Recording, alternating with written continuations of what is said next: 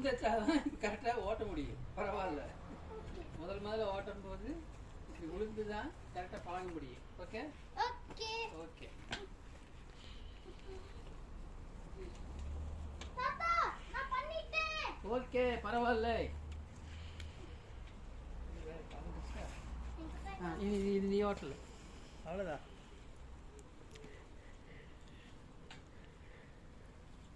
நான் ஃபாஸ்டா ஓட்ட போறேன்.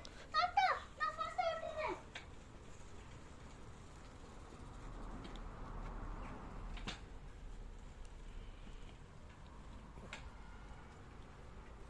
இப்படிதான் எனக்கு தாத்தா சொல்லி தந்தார். Thank you.